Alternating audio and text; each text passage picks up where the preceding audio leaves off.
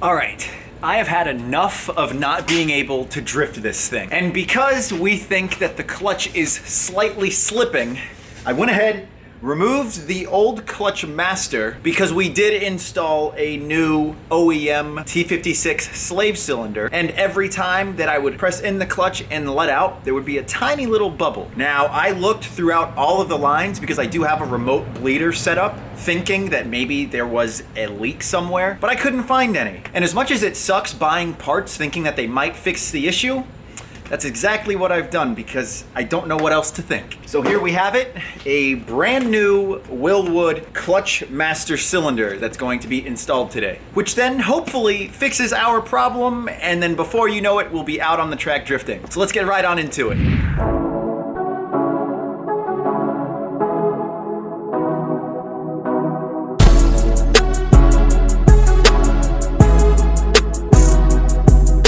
So let's see what we have here. Instructions, we don't need those. Stickers, always like stickers. More instructions, don't need those. This is what we need here. My brand new master cylinder. But see, the nice thing about this exact piece from Wilwood is that it has a remote reservoir. So if it's not necessarily gonna fit in this configuration against your firewall, you can disconnect it like so. Let's see, you grab this piece right here, snap that in, and then find a point inside your engine bay where you can mount your reservoir just like this, and then use the supplied line to route it.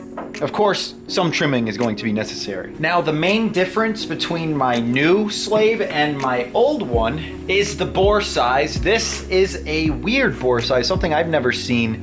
It's 22/25 or 0.88 versus my new 3/4 inch slave. And just for a quick size comparison, bore size comes from what you call the bore, where the fluid gets pushed back and forth in. You can see the difference right there. And from what I've read online, the bigger the bore size, the stiffer and the shorter amount of travel your clutch is going to have. So stepping it down to this 3/4 inch should give us a little bit of a lighter pedal, but more travel, which is honestly fine with me. I'm used to having a clutch with more travel in it. But before we install this, what we're going to need to do is attach this little bracket that the car came with, which adapts a Wilwood master to the bolt pattern, or the way that the bolts are oriented on 240s. You'll see that it just goes on just like so. And then of course there are some nuts that go on top. But let's go ahead and get this bracket onto our new clutch master cylinder.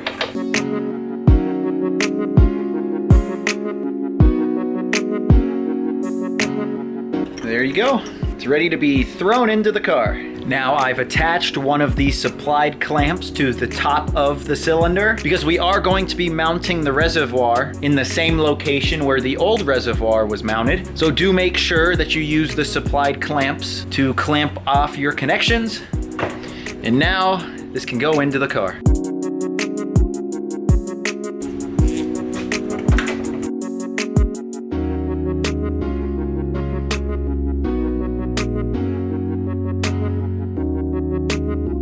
All right, so everything is connected in the engine bay, got the remote reservoir all in, the clutch line is all tight. Now for my least favorite part is crawling up underneath the dash in here, trying to connect the stupid clutch master rod to the clutch pedal, which is really annoying, at least because I have a cage and I'm in a cramped spot in the garage. But I'll go ahead and knock it out and then we'll go from there. Here goes nothing.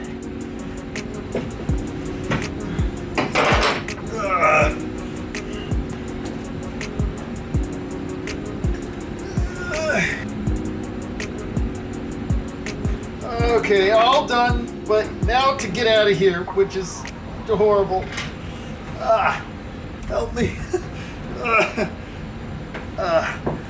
Definitely not the fun part of this. Actually, none of this is fun. I just want to be out drifting. So I take back all of that work that I did to get the new master cylinder installed, because as soon as Drift Dad got home from work, we went to bleed the system and we just couldn't for the life of us get it to bleed all the way. And then before you know it, look what happened. The push rod for the master cylinder, I guess, broke. I don't know how it happened, maybe with all of the times that we were trying to bleed it. It just, over time, fluid got out of it and then wore a seal or something. But because I did have that other master cylinder, the 7/8 master cylinder, previously I did say it was a 22/25, but Drift Dad did correct me in saying that it was just 0.875, which is 7/8 rounded up.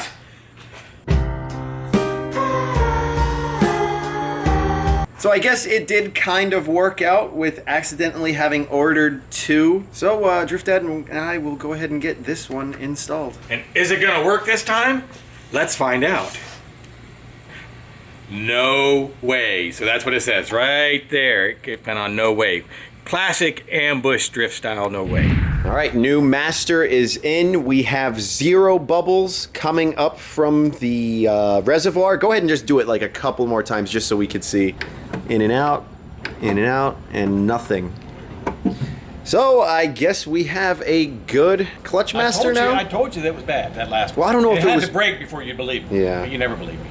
But I don't know, it feels weird to me. It was a brand new master. How could it be defective? Maybe we just, or maybe I installed it wrong. And... No, I don't think you did anything wrong. Well, if anything that has changed from last time installing it, we have the bleeder on the bottom of the car. Before, I had the bleeder fed up through the side of this brake booster, and then I had it sitting right here. So maybe at that point, it had to do something with it being gravity fed, and then having the air's gonna go up. But you also have the slave that needs to be bled too. So I don't know. Maybe someone smarter than us knows. Oh, there's definitely a lot of people smarter than us, especially when it comes to this kind of stuff. Yeah, that's true. All right, well, Alan's inside the other car now. What'd you do, Alan? You took a piece from there to put in the S13 to try something? Yeah, just the little clutch piece that attaches the push rod of the master cylinder to the clutch pedal itself. I tried to see if I could get it to work because I needed a new one. But we're okay, so I can put this one back in. Okay, all right. So while Alan's doing that, I'm just trying to clean up a few things, right? And so I pick up this piece right here, which is what he was using to bleed the lines. And I said, well, where does this go, Alan? Where does it go? He's, we really don't have a place for it, so we'll just put it on the floor. So that's where it all comes from. Just put it on the floor. If you can't figure out where it goes, just put it on the floor. Kind of like all these parts, Alan. Didn't know where to put them, so we're just gonna put them on the floor, right? These extra wheels, all these other car parts. We obviously did not have a place for them, so we'll just put them on the floor. And the door, Javier's door, just don't have a place, put it on the floor. There's some headers over there, don't have a place, just put them on the floor. And Alan has these delusions of grandeur that he's gonna drift on some spare tires. So if you don't have a place for them, just put them on the floor. That just works out just fine. If you don't have a place, just put it on the floor. Why don't I just set this here? We'll just set that right there. Leave that there. I don't think anybody's gonna say anything, right? I won't. Okay, I didn't think you would. Okay, let's see if we finally fixed this thing. And if so, then I'll go and get it tuned, or not tuned, but retuned, or at least have the tune finished up this week. There we go.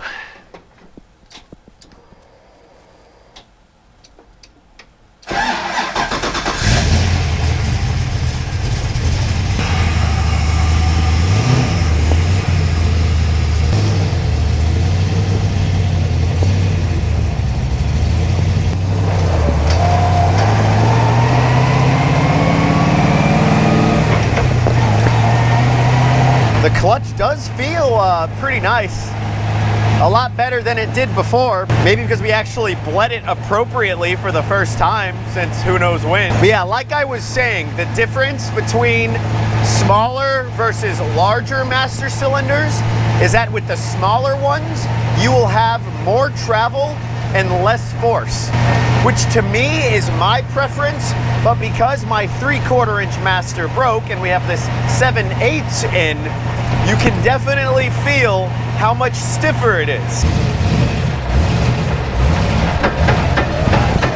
Oh my gosh. The tune on this thing just makes it so unbearable to drive in like first and second gear, holy crap. But we are near my secret spot. All I want to do is just to be able to throw it in fourth gear, mash the throttle, and then see if the revs go higher than what the car drives. I do have this minivan in front of me. Oh, it's turning, so we should be in the clear. We'll just roll into it.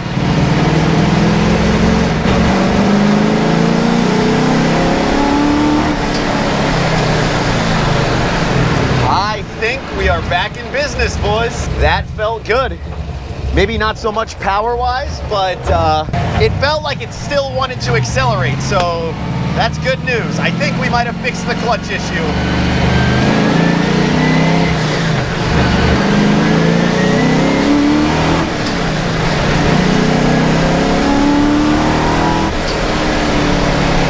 Yeah, my AFRs seem to be jumping around a bit, so I definitely don't want to drive it too hard. Maybe because I've added the exhaust and the increased amount of back pressure is kind of messing with the AFRs, since I'm not getting that much or as much airflow as I was before. Then again, I am tuned on speed density, which doesn't use the mass airflow sensor as its primary variable for air and fuel compensation. Dang it, I really just wanted to go and drift this thing, but I'd rather play it safe than sorry. All right, well, S13's back in the garage. Drift Ed and I quickly put the hood back on, and it's no longer blocking the entranceway to the inside of the house, so I'm sure you're happy about that. Well, yeah, of course, off the floor, but then what about all that crap over there? Yeah, I don't know about that, boss. One of these days we'll have a real garage, but then you'll end up moving away, and then I'll be sad. Like I said, I am hoping that now that the clutch is fixed, that I can take it to get finished up with its tune, because we did have that fuel pressure issue that is also fixed now. So hopefully I can get to that this week. I know we do want to install some like aero catch pins on the hood, just so we don't have to use the stock hood latch anymore. We'll get around to that, but for now, we're both hungry, we're gonna go eat, and that's gonna be it for this video. So thank you guys for watching, thank you for subscribing, leave a big like for Drift Dad, because I know you guys like him a lot more than me. Nothing to like here. No, there's plenty, look at him, look at him. Leave a like for good old Drift Dad, and we'll see you guys next time. Like. Yeah, peace.